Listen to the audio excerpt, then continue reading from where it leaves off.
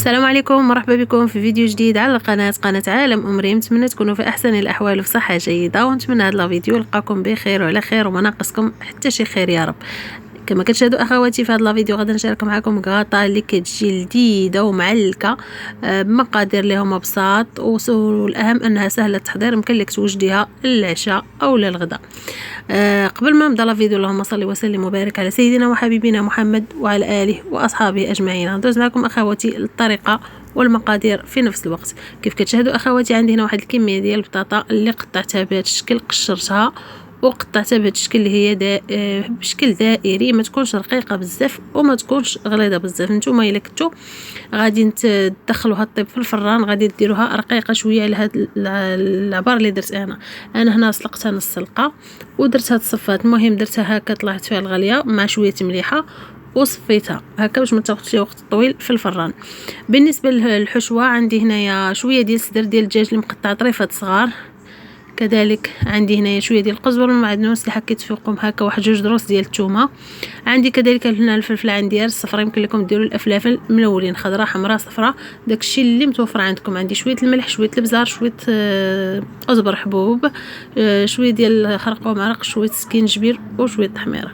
كذلك عندي هنا جوج ديال البصلات اللي مشلضين بهذا الشكل، جوج بصلات الحجم اللي متوسط. غادا نضيف عليهم هنايا الزيت صافي وغندير الكل فوق البوطه حتى يتشحر ليا هاد الحشوه. تشحروا هاد المكونات مع بعضهم، خليكم معايا.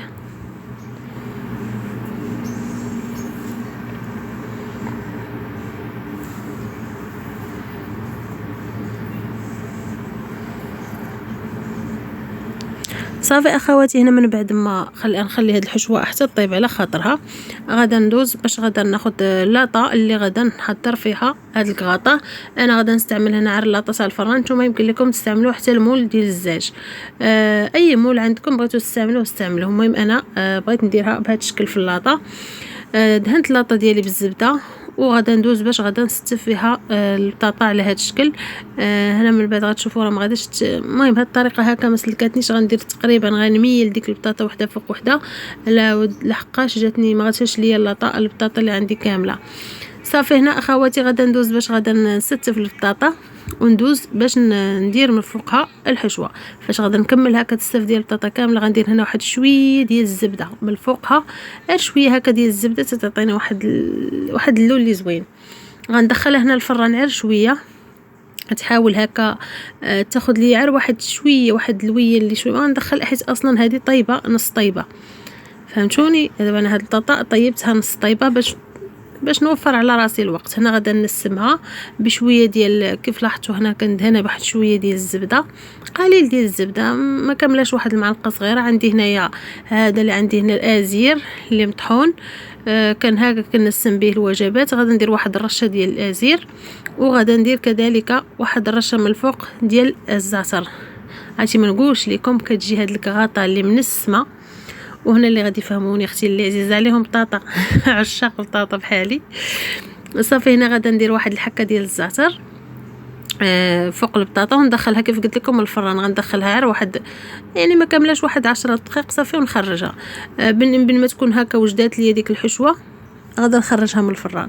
هنا من بعد ما طابت هاد الحشوه غادا نشوف هنا بالنسبه واحد الملاحظه ما قلتش لكم بالنسبه للصدر تاع الدجاج يمكن لكم تعوضوه بالكفته. هنا غندوز باش نحضر البيشاميل. عندي معلقه كبيره ديال الفورص وواحد المعلقه ديال الزبده ما تكون معمراش بزاف.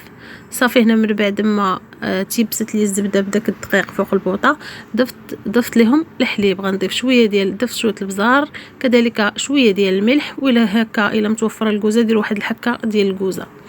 صافي غادا نستمر بالتحريك حتى تطيب ليا البيشاميل.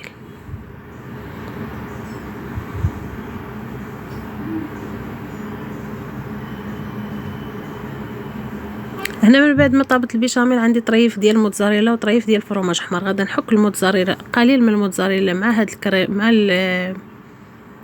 مع هاد الكريمه صافي وندوز باش غادا نبدا هكا نكمل الكغاطه ديالي. غندير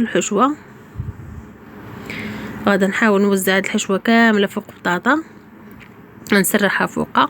كتجي لذيذه كيف قلت لكم هاد الكغاطه وكتجي معلكه.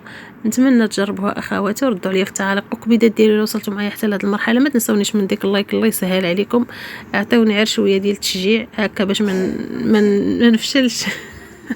كيجيني الاحباط ملي ما كنلقاش التفاعل، كيجيني الاحباط.